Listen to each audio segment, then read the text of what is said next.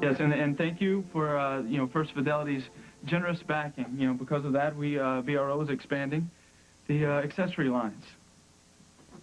And I hope that you'll accept a small box of Havana cigars as a token of our appreciation. Yes, sir. Okay, excellent. I'll talk to you later, Mr. Mullins. Okay, bye.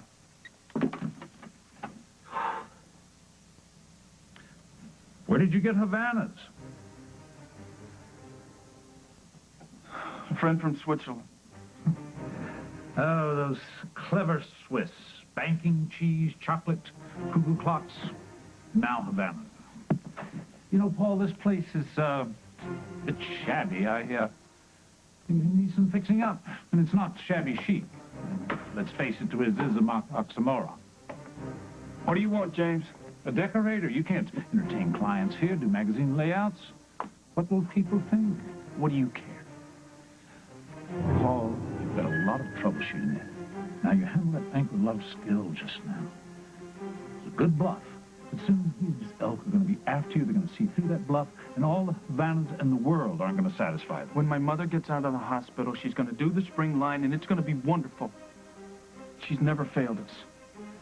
Paul, Barbara's not going to design again. Not winter, spring, summer, or fall. Barbara Ryan is over, and she knows it. The only way to salvage BRO is to dump her. But all my mother needs is a little time and some reassurance that I still have faith in her. Barbara Ryan was a mediocre talent at her very best. She had some luck. That luck has gone up in smoke, and she knows it. And what would you know about talent, huh?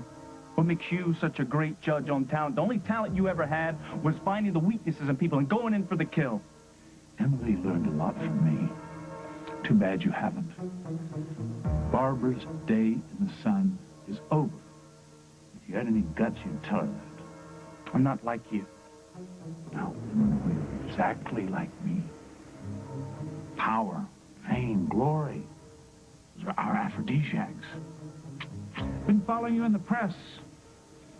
Boy, genius, cavorting with the glitterati. Ah, they just left out the part you're still tied to your mother's apron string. I'm grateful to her. She gave me a chance to prove I could run a company. Nepotism. Time-honored career maker, true. But it also can be a career breaker. Paul, all I'm saying is not too late. Be the success I know you can be. Be the success you really want to be. The choice is yours. Tied to Mama's apron strings, or your own man. Oh, the next time you talk to your friend in Switzerland about those Havanas, don't forget Papa. You won't be around that long. And besides, my mother and I are going to be way too busy working on the spring line to worry about you, and we're going to do it our way.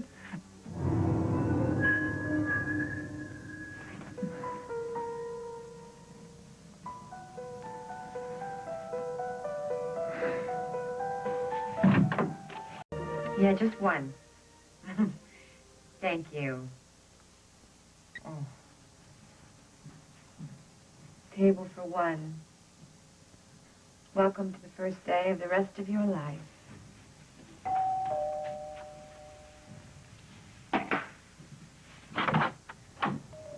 Paul, what are you doing here? Thanking you For what? for living up to my worst expectations yet again. What are you, a stalker? How'd you find out where I live? I asked around. Everyone seems to know where the infamous Miss Tenney lives. Doesn't feel good, does it? Have your privacy invaded? Right. So this is about my visit to Fairwinds this afternoon, right? I thought we'd gotten beyond that. Oh, you mean when you snowed me about killing the story on my mom's designs? Snowed you? I haven't told anybody that your mother's spring line doesn't exist. Then how did That's my Emily word. Stewart find I out? don't have the foggiest idea. Look, I have a reservation at the Lakeview. I was just on my way out. You're gonna have to bother somebody else, all right? Well, let me guess. Celebration dinner with your co-conspirator? I mean, editor? What exactly did Emily tell you? Enough to know you lied to me. My suspicion was confirmed when I just called her house and her mother said that she was having dinner at the Lakeview. So tell me, Carly, what's the order of business? How to capitalize on my mother's latest misfortune? My. Must be very comfy up there on that moral high horse, huh? You may as well come in. That is, if you can stoop low enough to get your big fat head through the door. I don't care what Emily says. I didn't tell her a word about Barbara. Where'd you go when you left the Fairway? I went to Craig's. I got him to admit to me that he set me up in that stupid fashion editor job. What'd you tell him about BRO? I told him that BRO was doing just great. Yeah, that's right. And then I just threw in that your mother's designs were fantastic. Why'd you do that? I like to see beads of sweat form at the line of Craig's $200 haircut, that's all. You know, I'm almost tempted to believe Oh, you. but wait, I'm not even done with my itinerary, really. After I left Craig's, I went to Emily. I told her where she could put her job and her paper and everything else. And now I'm all dressed up because I thought I'd blow my last few bucks on a dinner date with the best company I've got right now. Myself. And another thing, Paul, just for the record, you are a self-righteous creep, and I don't give a damn whether you believe me or not.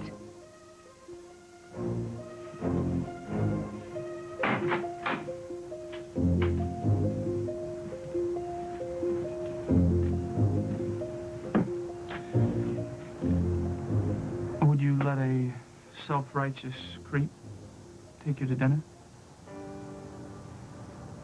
You're kidding me, right? Serious. And I'm probably gonna kick myself later for saying this, but I actually believe you. Brian, you don't have a... We have a lovely table for you right over here, Mr. Ryan. We have a lovely table for you right over here, Mr. Ryan. Now, you have a sharp eye and a keen sense of human behavior. Let's see if you can come up with an explanation for that. I can't. There's hardly been a day he hasn't called to see how my mother was doing. If he's so devoted, why is he here having dinner with Emily? Especially since she seems to be out to ruin your mother's career. I give you odds, Hal doesn't have any idea what Emily's up to. Well, should we enlighten him? What's that they say about great minds?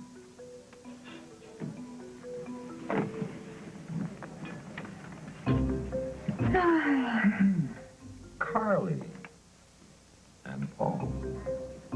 Curiouser and curiouser. Not as curious as you're going to be when you hear that Paul and I have been exchanging notes about this afternoon's events. Events? What events?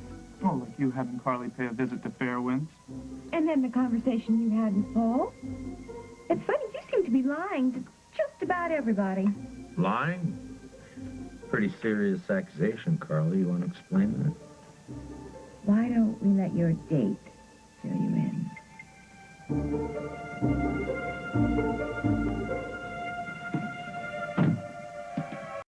Paul, I want you to think carefully. Did I actually say Carly told me Oh, she come saw Barbara on, sketches? Emily. Spare me the high school semantics, okay? You let me think Carly told you all about my mother's sketches just so I would tell you how they were. Wait a minute.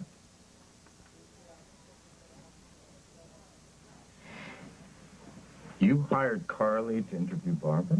I know, right? No, Pretty sensitive. no. I did not.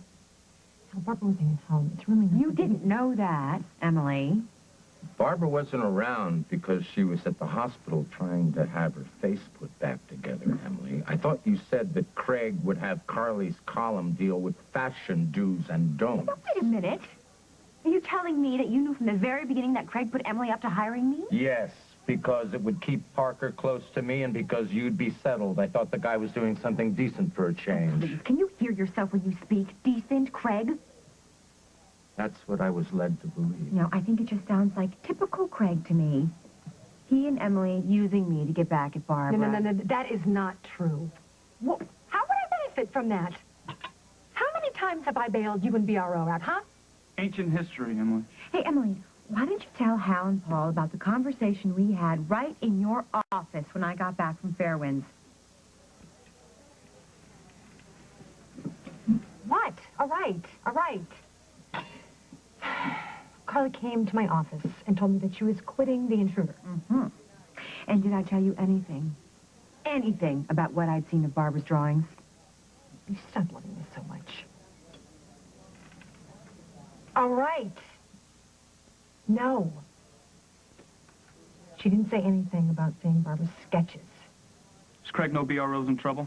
Yes, he does, but not because of anything I said. Believe me, I was trying to protect your secret. Whether you believe that or not, he made a lucky guess. I'm not going to print anything about BRO, I promise. Oh, you know, promises don't really mean a whole lot coming from you, do they, Emily? We all know Craig runs the show at your office. Let's go.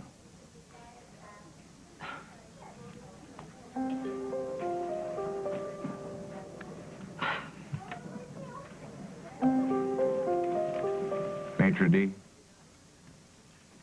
have the chef cancel the rest of our order. Have the waiter bring me a check now,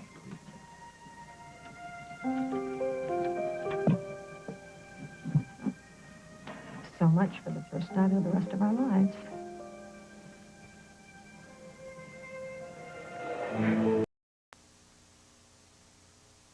Having regrets about ruining Hal and Emily's evening? I have to admit, I had a few twinges about Hal. But not Emily. No. I rather enjoyed ruining her evening. Am I sensing something underneath that?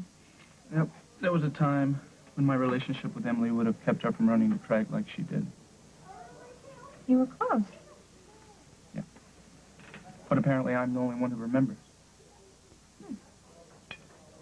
But I don't think that it's regrets about Emily that's keeping you so quiet. So do you want to tell me what you're thinking about? Honestly? You. Carly, I've been wrong a lot about you, and I'm sorry No. for... You've also been very right. I've made big mistakes. I've done some really terrible things in my life. But I never slept with Craig Montgomery. Not before, during, or after his marriage to your mother. And I never, ever conspired to ruin Barbara's company. It's good to hear you say that. Thank you. You're welcome. Okay, can I apologize now? Okay. Okay, because I want to be very, very clear about this. I am sorry for all the miserable things that I said about you, to you, behind your back, to other people, Okay. to the news, Okay. to the... I get the picture. Let's make a toast to new beginnings. Or are you having a hard time buying all this? To quote you, I will probably kick myself for this, but somehow I do believe you. To new beginnings.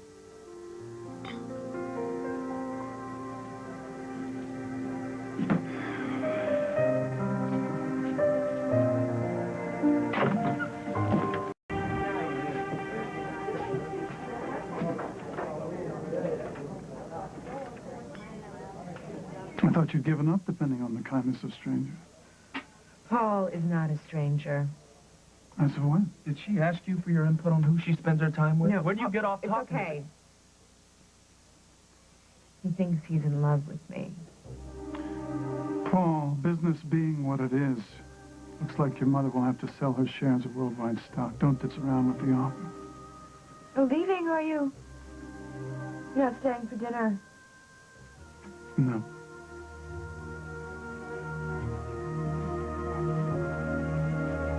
Wow.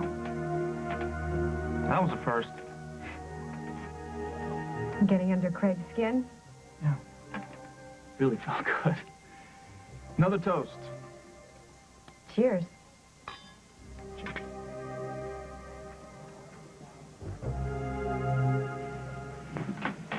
Yeah, I'm afraid to hope.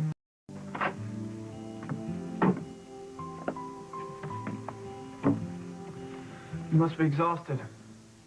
I'm a little tired. I was impressed with Dr. Schuster. He's got a brilliant reputation. I know doctors don't make any promises, but he seemed to be pretty optimistic about these skin graft tests. It's not his face. Well, yeah, he had those before and after pictures of that actress. They look pretty I'm good. not an actress. I'm a designer. And I need to get to work, so if you two don't mind. Can I get you anything, Miss Ryan? A little peace and quiet. Thank you.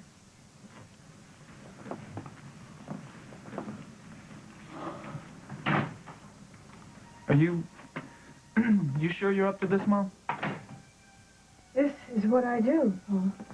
Well, yeah, but you're up against some tight deadlines this time, Mom, and, you know, you don't have to do this alone. I could get Amy in here from Paris or Marcel. I've never had anyone shadow my work. Come on, look, the critics are already sniffing around here. I mean, you, the firm, the publicity, it's all starting to snowball. It's like it's your first year in the business.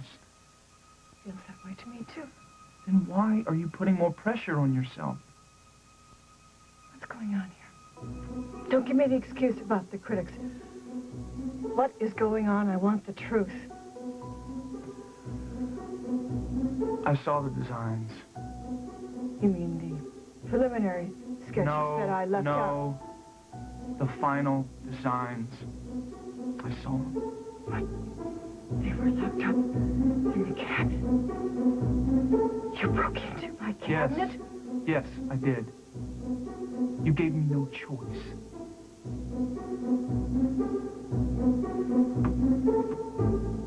You should rest. Fine.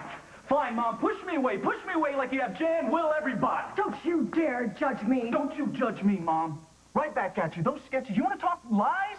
Those sketches are not only your problems. They're mine, too. You know, if this company fails, you're not the only one that suffers here. I will not give up creative control. I am not asking you to give up creative control. Just accept some help. I don't need any help. Oh, my... Mom, you know, after that explosion, you know, you had to fight for every breath. And you had to get past the fear. You had to get past the pain. And the way you did it is by using every ounce of your strength to fight. You know, but that part of the fight is over with. And this one's even tougher. You know, now you have to still believe that you have a future. You're trying to hurt me, Bob. I am not trying to hurt you, Mom. You know, I don't care if you never design another dress ever, but what I do care about is that you're willing to let your spirit wither up and die because you think that's what's important to me and Will and Jen. God, Mom, if you really believe that, it's the biggest lie of them all. Their designs they're really awful, aren't they? I've seen better. From first-year design students.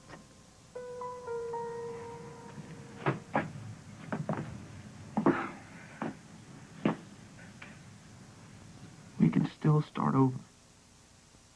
Together.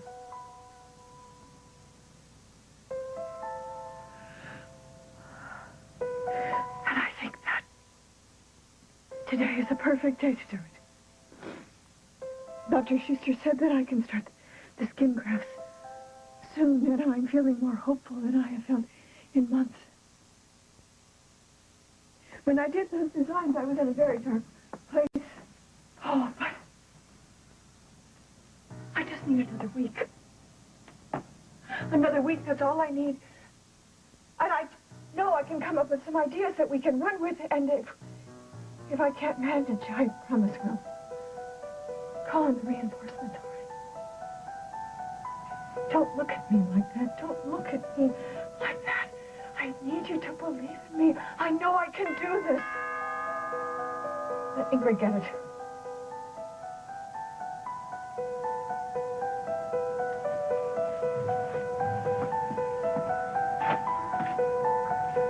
One week.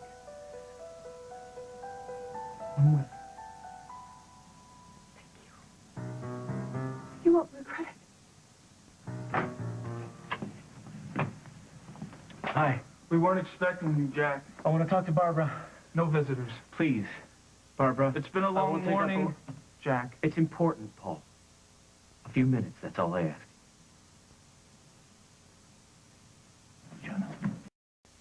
It's all right, Paul. I'd like to talk to Chuck. Fine. Thanks, Paul.